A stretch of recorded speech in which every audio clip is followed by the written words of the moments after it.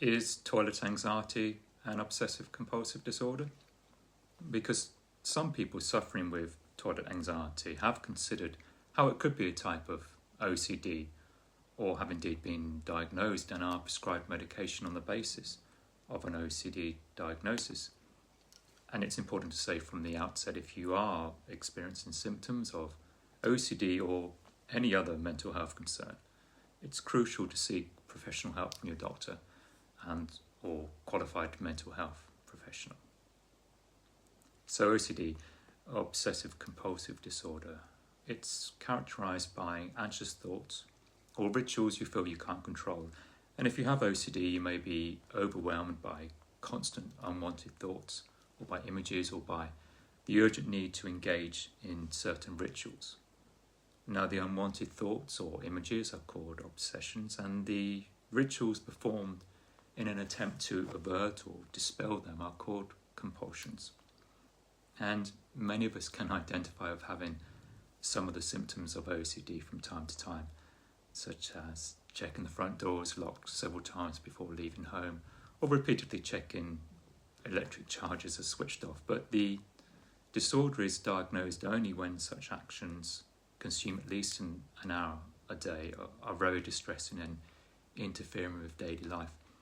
And in fact, there is a rating scale used by medical professionals to help define the clinical severity.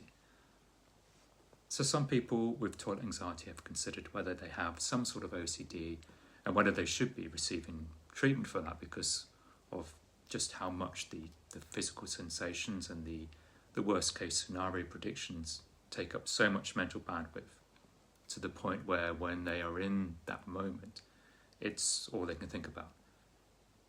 And in the medical literature, it has been considered whether bowel and bladder anxiety, or what we're calling toilet anxiety, are actually a part of obsessive compulsive spectrum disorder, or a variant of agoraphobia.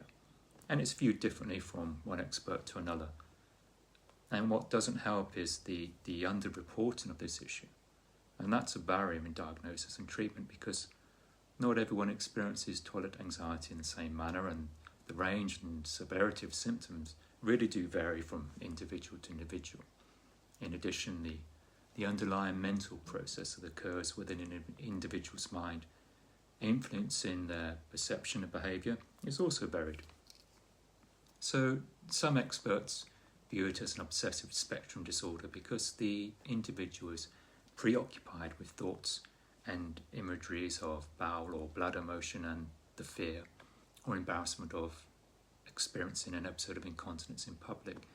And in turn, they exhibit ritualistic behaviour, such as seeking out the nearest toilets either before leaving home or when out and about, whereas it has been given a different perspective by others who consider it a variant of agoraphobia, where the person fears going to places where escape seems difficult. And escape in this context means being easily able to find and access a toilet. And furthermore, because of the hypersensitivity and the overactivity of the viscera, individuals are sometimes labelled with IBS in the absence of any detected irritable bowel disease. However, from what I've observed, most people don't have repetitive thoughts or imagery, and it's mostly about a fear related to incontinence in public. And these fears tend to be situation specific, such as taking a flight or any transport, or a planned evening out, and these fears are usually absent when at home, or there is easy access to a bathroom. And this is not the same as OCD, where the compulsive thoughts are there most of the time. In addition, the avoidance behaviours and the other ritualistic behaviours, such as seeking out the nearest toilets, are again situation specific, hence not mimicking the compulsive behaviours of OCD.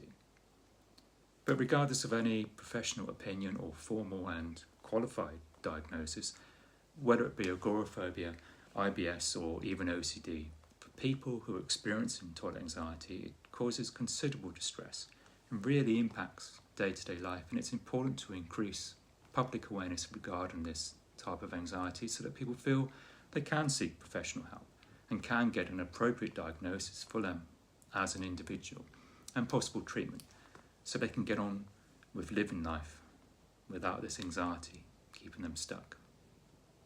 Alright, so thanks for watching. I'll see you in the next video and take care.